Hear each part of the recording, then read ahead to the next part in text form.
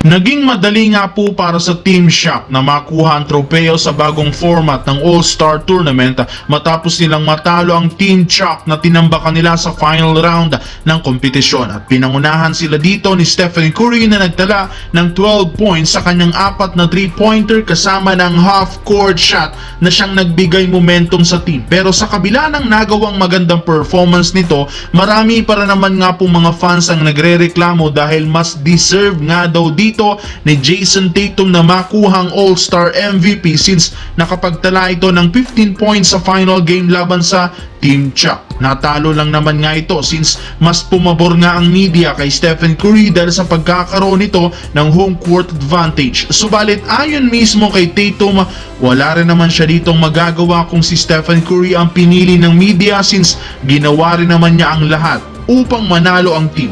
Kaya sinubukan na lang naman niya na purihin si Stephen Curry sa pagkapanalo nito ng All-Star MVP. Samantala, bago pa magsimula ang All-Star Game, mismong si LeBron James nang nagsabi sa pre-interview na hindi siya dito maglalaro dahil sa pananakit ng kanyang paa. Kaya imbes na maglaro, pinabayaan lamang niya ang kanyang mga kakampi sa Team Chuck na mag-take over. Mismong si LeBron na rin naman ang nagsabi na kailangan nga po ngayong alagaan ang kanyang katawan since meron na rin naman natitirang 30 games sa regular season bago ang postseason.